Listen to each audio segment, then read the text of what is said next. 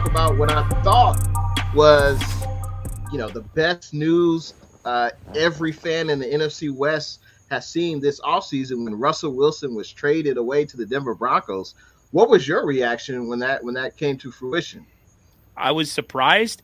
I thought it was going to be an Aaron Rodgers situation where there's all this talk and belly aching by people, but then they seem to figure it out and they play another year on the same team, But I guess things between Russell Wilson and the Seattle Seahawks were just you couldn't repair it, and they're going in a different direction. They're going to gut that team and kind of start from scratch. And I mean, Russell deserves to move somewhere where he can compete and win. And I think the Broncos have a pretty talented group of receivers.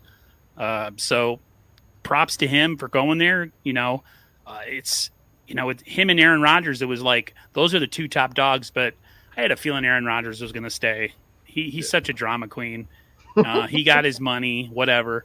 But Russell Wilson, I was definitely like, damn, they really moved him. It's over. Like the era of Seattle Seahawks, Legion of Boom, Russell Wilson, it's over with, man. It's kind of sad, but at the same time, a lot of Niner fans are rejoicing.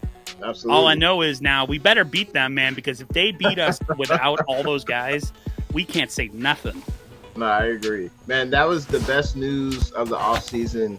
Man, I mean, Russell Wilson and the Seahawks, they won 17 out of 21 games versus the 49ers. That's just, to me, that's just total dominance. I know some of the games were close, but obviously we had a lot of, that rivalry between Pete Carroll and Harbaugh. That was a rivalry to behold. That was definitely a great rivalry.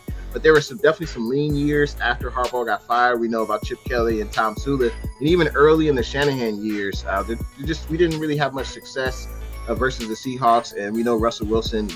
I still don't get it. Why would you trade the best quarterback who's ever laced him up and to wear that Seattle uniform? I just don't get it. I mean, you're telling me a 71-year-old Pete Carroll, and it's not about his age, but it's just about, I would rather pick the player than the coach. If you look at Pete Carroll, what has he done without Russell Wilson? Nothing. So I would rather, rebuild if you have to with Russell Wilson. I guess they didn't want to pay him the money. I guess that was part of it. And Pete Carroll, he wanted to run the ball, which is something they couldn't consistently do. He wanted to play great defense, which they were terrible at. So you got to ride the guy with the right arm, the rocket right arm, Russell Wilson.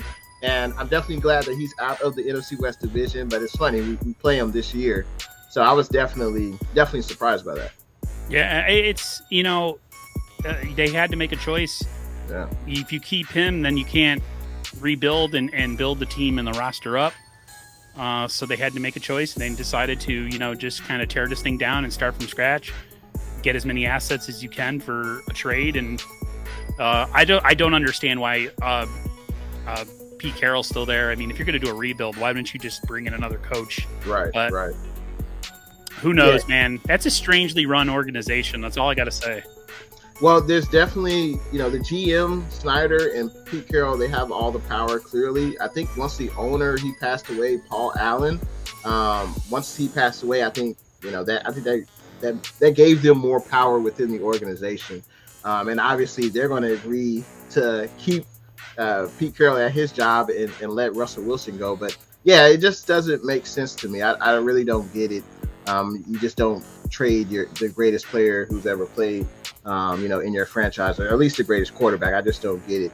But, hey, man, it is what it is. They're going to rebuild. Oh, and you mentioned rebuilding with the Seahawks. It's really tough to rebuild your roster when you can't draft. Like, you look at the Seahawks draft picks, they don't really hit on any really of their draft picks. Outside of the Legion of Boom, once those guys left, they really haven't had,